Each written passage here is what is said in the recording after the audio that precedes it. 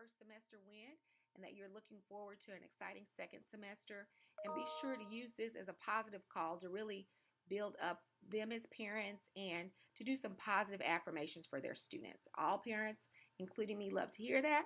And so I'd like us all to take the initiative and the opportunity to do that. I know several classroom teachers have already started, and I was so excited about it that I wanted to make sure everyone was on board for doing this together.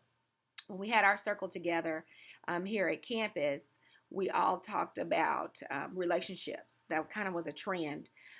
Lots of people talked about how those relationships make the difference in their teaching and their ability to really reach students, especially some of our hard to reach students. And so I want you to take this time to really build those relationships. And a quick call home just to say, hey, I'm thinking about you guys. What do you need? May take 15 minutes, maybe 5 minutes for some of our parents because they don't necessarily want to stay on long, but it's worth the investment. So that's our first item. Make sure you call each of your students' parents during the month of January. The second one is a reminder about abuse and reporting. Remember that we don't do investigations. It's not our job to determine if abuse happened or neglect happened. But as educators, we must report if we suspect neglect or abuse, period. At the end of this presentation, you're going to have the number and information for reporting. As always, you received a pamphlet at the beginning of the year, as well as information via email from Ms. Pierce and your training with her that shows you how to report, but I am going to embed that in this video as well. So make sure, teachers, if there's anything to report, you do that. As we learned in our training, a lot of things happen over long breaks, and there are oftentimes an influx of things that need to be reported during this time of year. And so make sure we're spending extra time loving on our kiddos and letting them know that we appreciate them and reporting anything that we may find suspicious or unsettling for us as educators and as adults, and most of us as parents.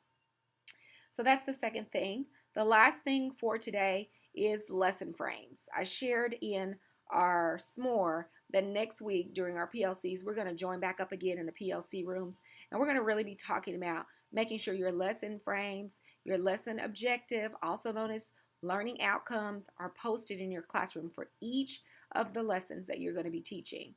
Some teachers do a great job of posting those in the morning, going over them with students. This is what you're going to learn today, and making sure it's in kid-friendly language and kids know what to expect. I need to encourage everyone to continue to do that. As we're doing walkthroughs, we've noticed that some folks have kind of gotten a little lax, and we understand December can be hard. And so we just want everyone to gear back up and make sure that you remember, if you haven't explicitly told the students what they're supposed to learn, they may not know. It also helps anybody coming to do a walkthrough in your classroom. Sometimes students are trying to explain what they're doing and we just don't get it. Sometimes they're speaking so lowly we can't hear them.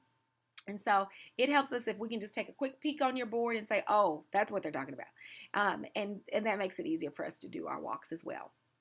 Okay, that's all I have for you today. Again, everybody's making January house calls. We are being reminded of our child abuse requirements as educators to report anything we think is suspicious or possible neglect or child abuse.